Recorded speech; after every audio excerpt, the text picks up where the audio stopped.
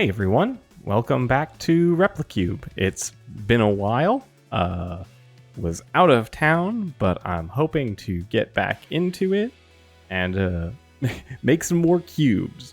So, as per usual, I want to start with the puzzle that I did last time because I got a helpful comment. Oh gosh, I feel a little bit silly about it, but last time we did strawberry. And Blue Max, shout out to Blue Max, was looking at me trying to figure out a way to inverse a Boolean, and I could not figure it out. And I'm just going to type it in here. Not as an operator. Not as an operator. So I was trying to do that for so long with, I think I was trying to do it with actually like z equals and y equals 0. I was trying to do an inverse of that. Couldn't figure out what it was. I think I tried the exclamation point. I think I tried the bitwise negation. That's how I should have been doing it. Hopefully that's something that I can internalize and take carrying forward, because that's huge. That was something that I really I was confused. I was like, I thought I had tried it. I'm embarrassed that I didn't just try the word not.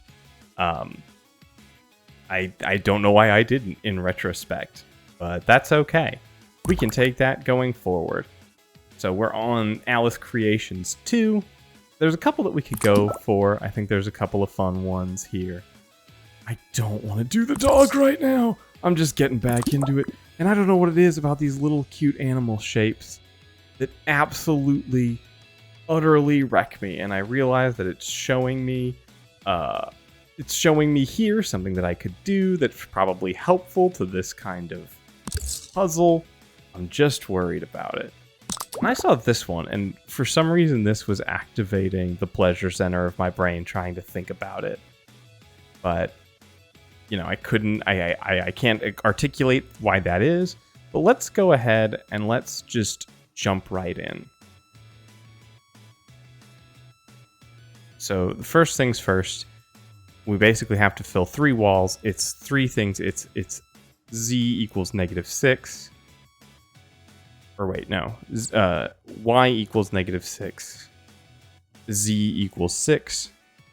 And x equals -6. Are basically the only real things we have to concern ourselves with. And the first one that needs to return, because it's the bottom and that trumps everything, is y equals -6. So that one should go first, is my thinking here. So if I just say, if y equals -6, I need then. I've been working in so many different languages, and it's made it a lot of fun. It's felt like it's been good for. Feel like it's been good for thinking about coding to do so much of it, but also working in Python and then R and then Lua and back again has been very, very strange, and I'm not sure if I would advise exactly that. And then it's -6 for x. Oh, no, yeah, x is -6.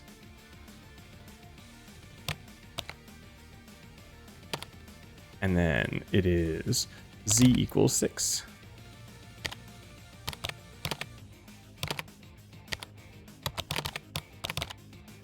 And that should give us basically 3 Boolean operators for each wall, and we should be able to think about those. So checkerboard pattern is basically going to be a modulo operator of some kind. If I think about, I don't necessarily need to think about what each thing adds to, but I need to think about what it modulo to adds to. So let's see, this is on the z and x axis. Yeah, this is on z and x, aka red and blue. So if this dark blue, if I said -1 and -1, that's -2 modulo 2. Am I on the right one? Oh, now I'm getting confused.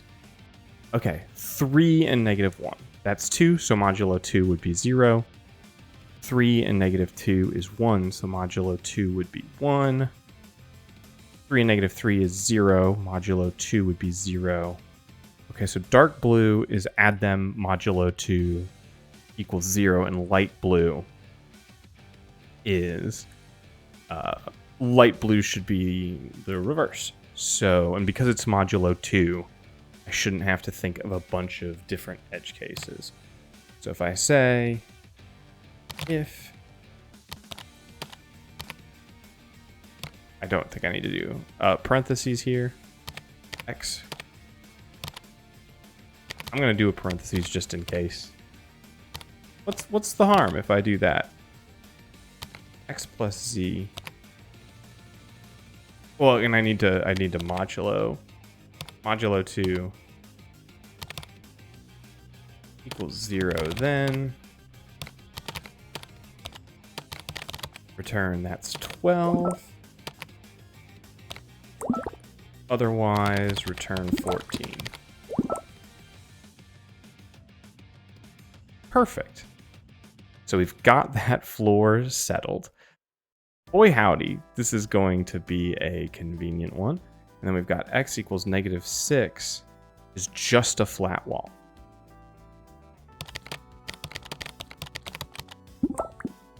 All right. So now the only thing that we need to do for this last wall, z equals 6, the one that has any kind of logic to it, is we need to make this grid and then otherwise return 1. So I gotta think about what these spaces in between represent. There's 4 2x2 spaces here in a grid, so it's 1, 2, 3, 4, 7 to a side, right? 1, 2, 3, 4, 5, 6, 7. Yep. Okay, and that is from -3 to 3, -3 to 3 on those axes. Okay. And then so basically it's going to be a Boolean. If it's within that Boolean, do some logic, else return 1. So we are going to need another Boolean. What is that going to be? Do I just do that as an absolute value thing? I guess I could say that if the max of the absolute value of those things, right? And that's how that would work. If I look into the documentation on the code, max in this lets me take multiple operators, right? I can do 2.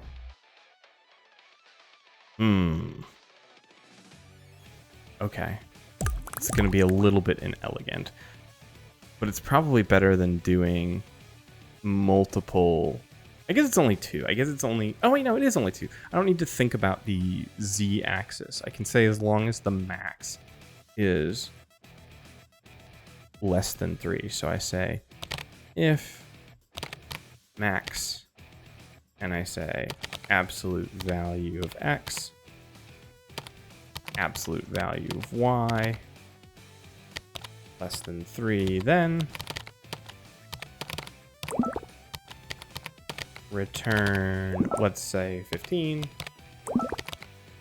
and then return 1.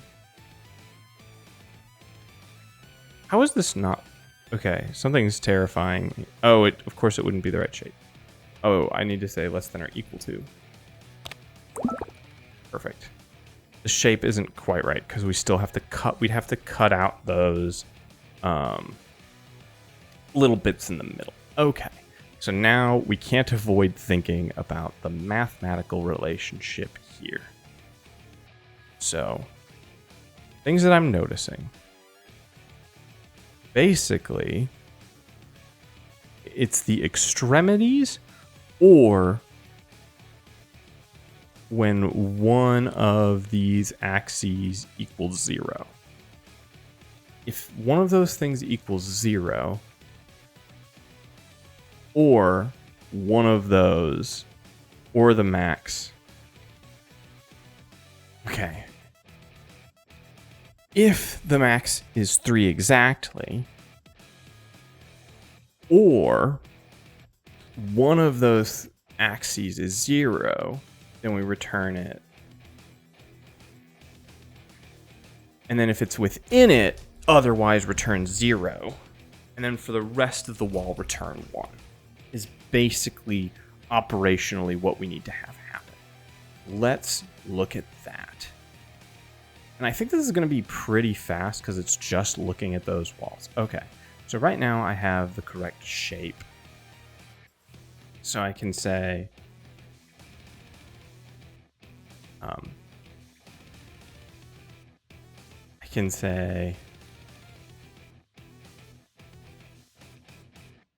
you know what? I can probably say, I should be able to define a variable, right? Which is just a declaration equals.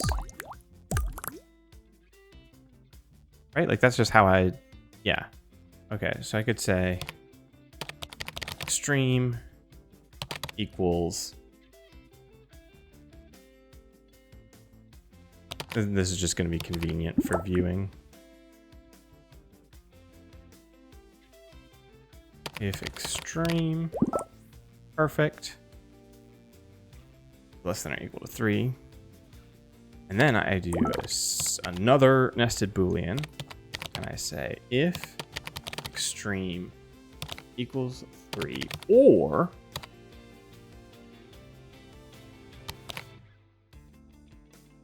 I guess would I say the minimum of x or y? The minimum of the absolute value of x or y?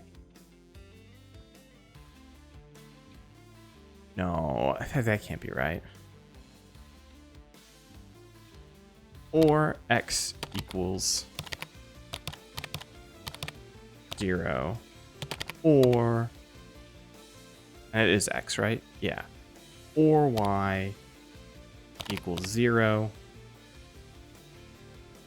Then, and return 15. Yeah. Then I say else return 0. Yeah. Six cycles of voxel seems svelte, perfectly shaped, logically made sense to me. You can't ask for much more in a Replicube puzzle. So I'm feeling good about that. But then again, this is the kind of thing that like logically all lines up to me. Let's submit that. How we doing? Oh. Is CubeNet down?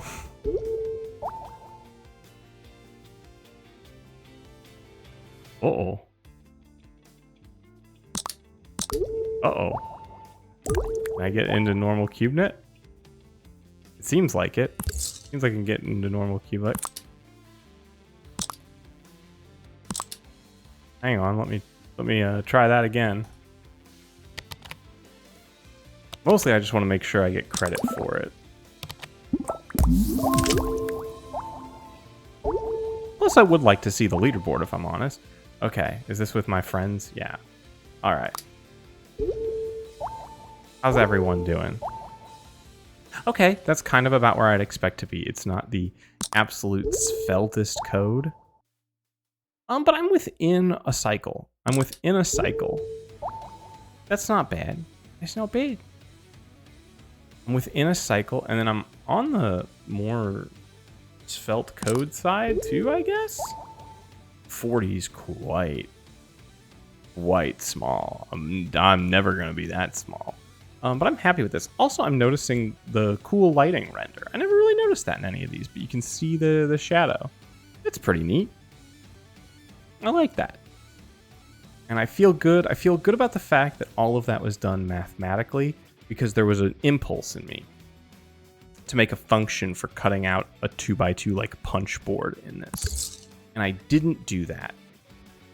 And that sounds stupid, but it is something that I would do.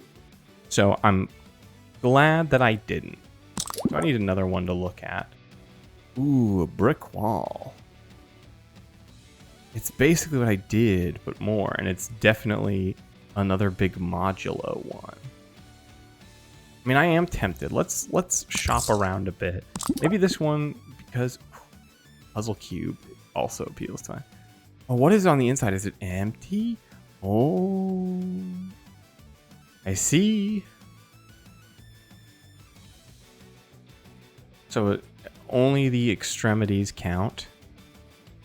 And then there's a black. Let's do this. Let's do this. Because I find this interesting. I find this one interesting. And, you know, we were away for a bit.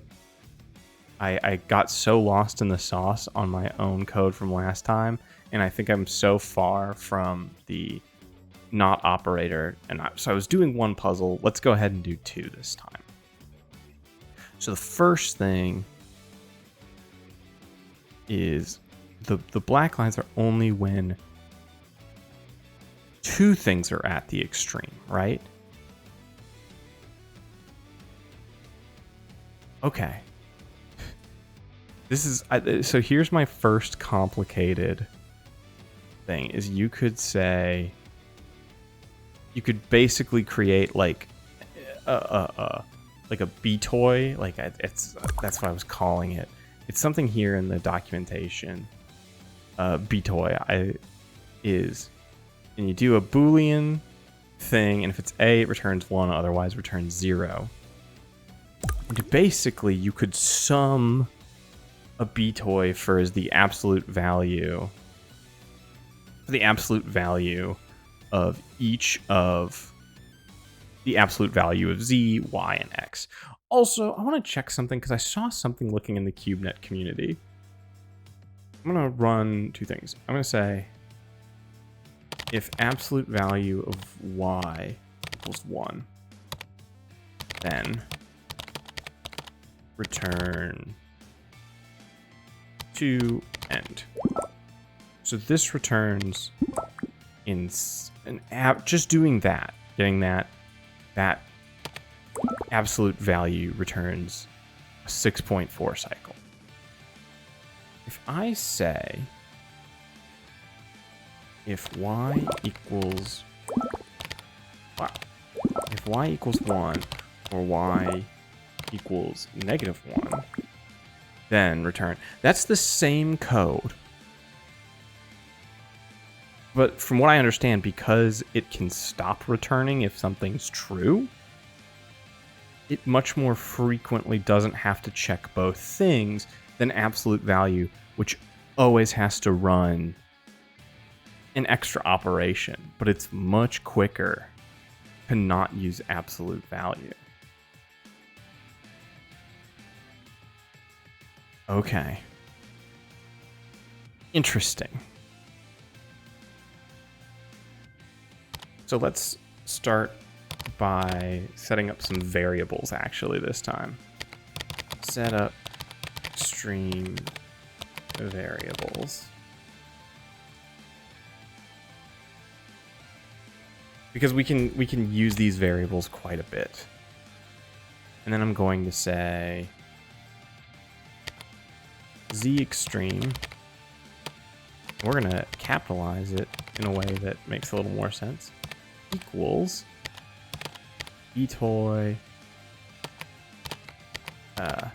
Z equals 2 or Z equals -2.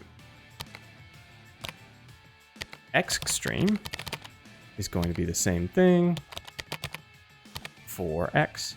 Actually, I'm just going to copy this because I'm lazy. And then we'll just make these X's.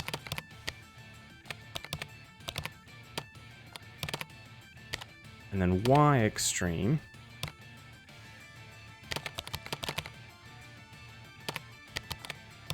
oops, accidentally copied that, making this not work.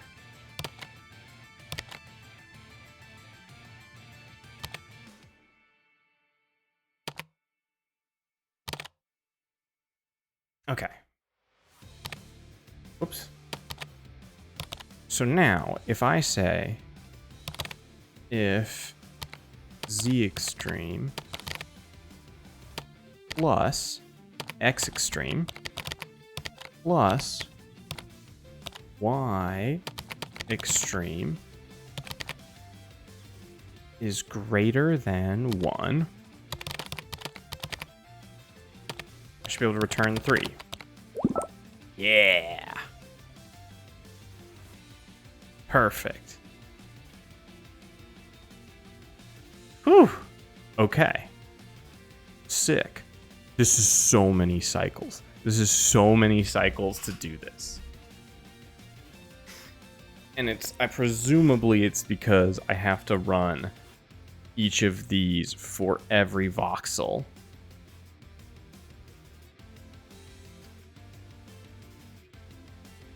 And I guess the way you would do that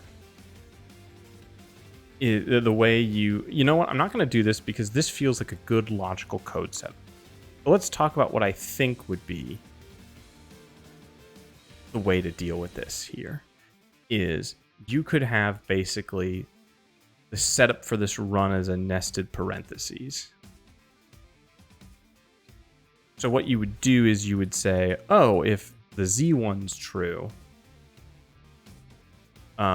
then check to see if one of the other ones was true. And then, you know, or else if this, and you could do like a nested parentheses that forces you to check these things less. I'm not going to do that right now. Not for a first puzzle. We'll see how long we're going after we actually get this dang thing solved. Because I think there's some value in bodging together a mathematical solution. The other thing this lets us do is if I say if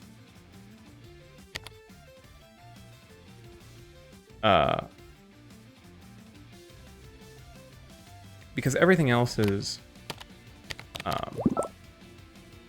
everything else from here should be like basically same. Like if I say else if I can never remember if I put that on the inside of the end. Let's just do an if because I know an if will work.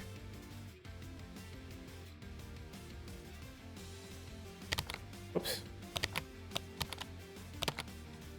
Is greater than 0. I always forget the then too. The then kind of throws me. Turn, let's say 4. That's the shape. It's hollow on the inside. I'm proud of this mathematically working. And that did almost nothing. It did almost nothing problematic. Like to the cycle size. Like doing this again. Once I've run these, the addition check is very easy. But I should nest these. I just want to make sure that would do the shape how I want it to. So realistically, I should only be considering a box if it's this. It's within this frame. I do this in here.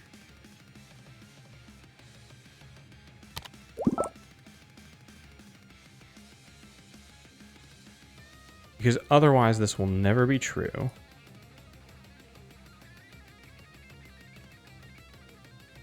So then I need to distinguish on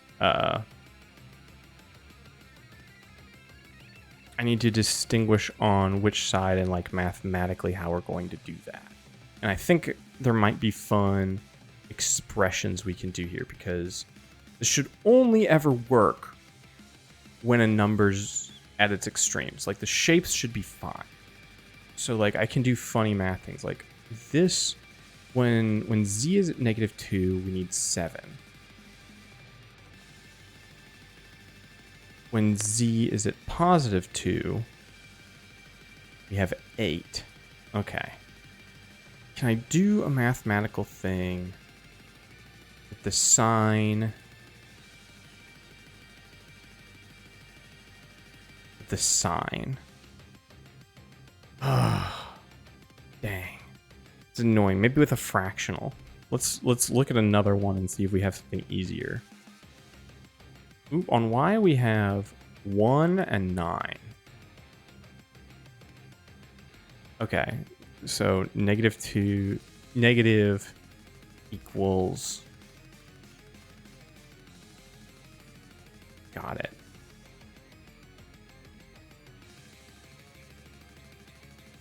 Hang on. Let's say if I say if Z extreme, then turn 1. Does this do? No, because it's, so I'd have to say if Z extreme equals 2. Or Z extreme equals 1. Okay. So I can't just say if Z extreme, but I can do that. And then I could say it was what, between 7 and 8? I could say return 7.5 plus sine Z. Right? Because this is 7 and this is 8. That returned 8 and 6. Oh,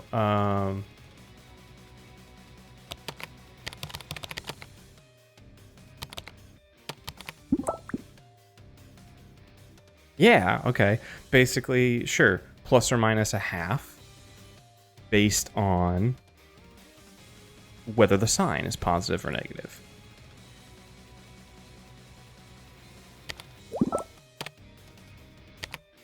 Else if x extreme equals 1, then make sure this does what I want it to. Perfect. Okay. So this we need to think about returning. Whoops. We need to either return 14 or 11. So the center point between it's a difference of 3. Right, so oh my gosh, like why is this giving me? It should be, it's a difference of 3, right? So it's 1.5. It's 12.5. Yes, 12.5. Return 12.5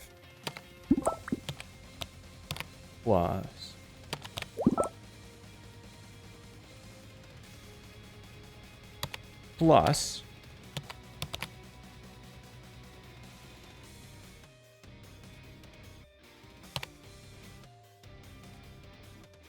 plus 1.5 times sine 1.5 times sine of x.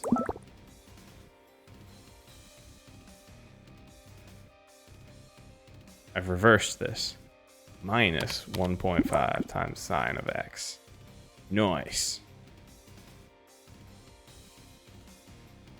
This is working out somehow. And then we have, on top we have 1 and 9, difference of 8. So it's just 4. So right, it's 5. If we haven't returned anything by this point, we don't need to do an else if. I'm not sure that it would be faster. Return.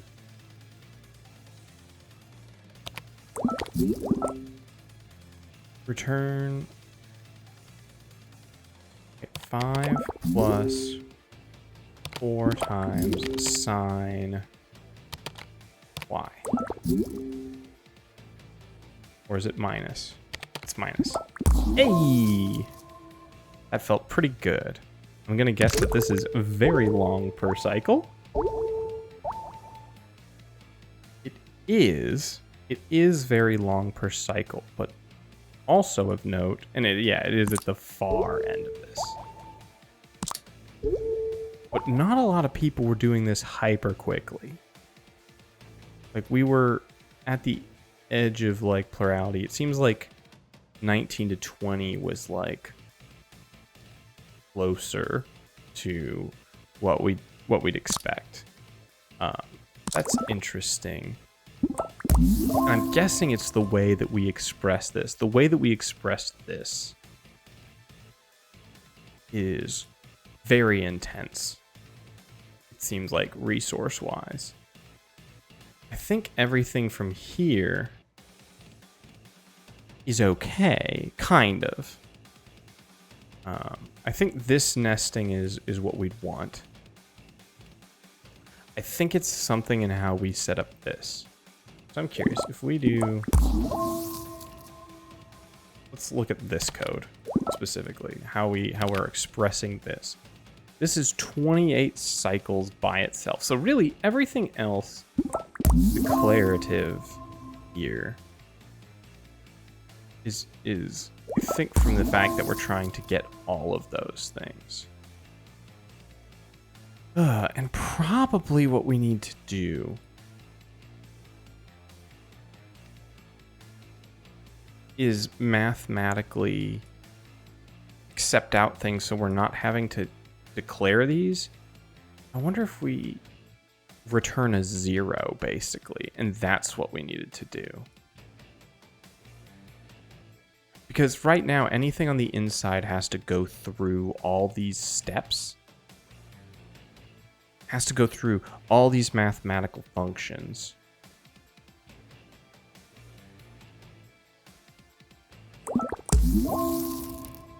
Wait, no, it doesn't, because this is all housed within one if statement. Right? This one's going to this. I tabbed that correctly. I was worried that, like, you know, I guess I have to do it. So I have to, like, check these things for every... But I'm not then checking all the interiors. Ooh! I'm not checking anything in the interior once I do that. Is there a way to express this?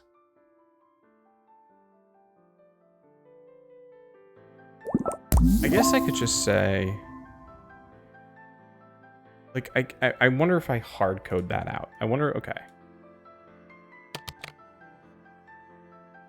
So right now we have this.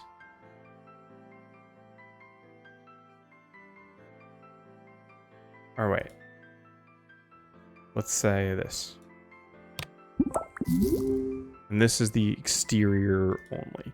This is 35 cycles just to declare what the exterior is.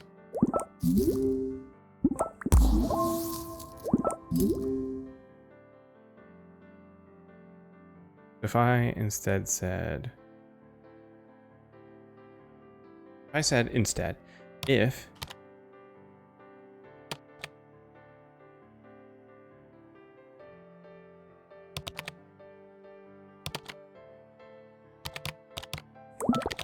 or...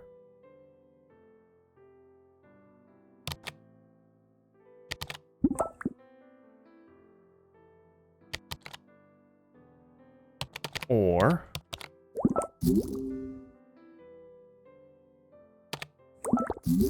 that obviously returns the exterior much quicker. And even so quick as to say that maybe you could get away with doing this part.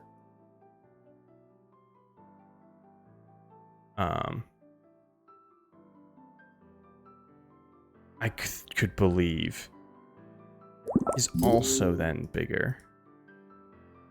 I'm trying to think, like, because you can't just do if this or this again. You do kind of need it to be incremental to use the same code to get, like, this kind of greater than one effect.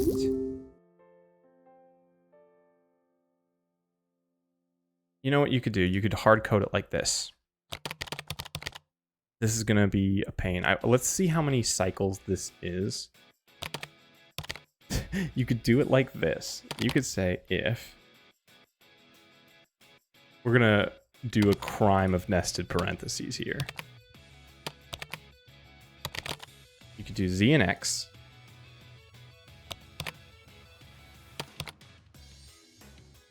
Right? Or you could do Z and Y.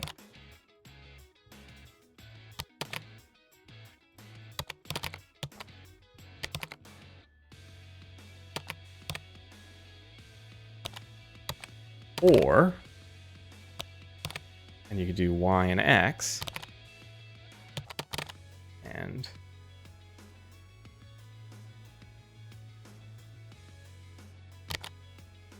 this is horrid. I hate how this looks, but it might be so fast. You ever do something that you hope doesn't work because then you don't have to like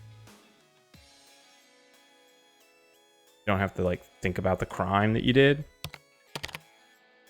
God, it's so fast though. Oh no, it's so good. Hang on. Because then I should just be able to take this.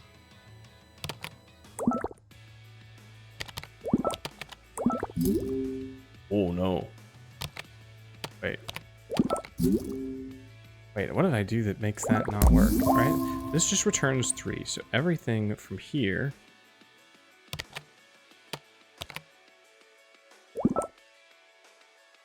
should work. How does that not work? Oh, it's because it's using these hilarious...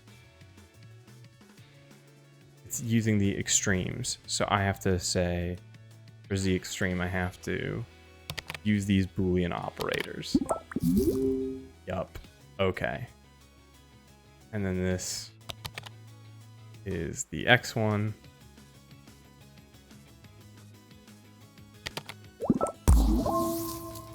God, that saves so many cycles. Heavens to Betsy. Let's submit that in there, baby. Get that going. Come on. CubeNet. Okay, CubeNet's having some trouble. Let me resubmit that. I feel so good about this. I mean, I do and I don't. This looks so much worse than the way I did it. It is interesting, though, in that it is a tremendous save of resources. Show me that good leaderboard again.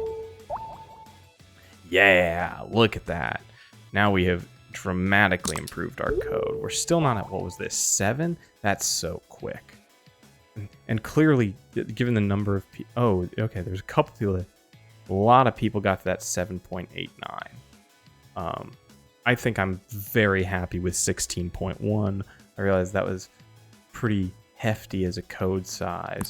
But, you know, and then this one's... I like that it's a little bit more svelte. I like that it works out that way. It's pretty neat. But I think that's a good place for us to stop. We did 2 puzzles. It's, you know, kind of about the time I want it to be for an episode length.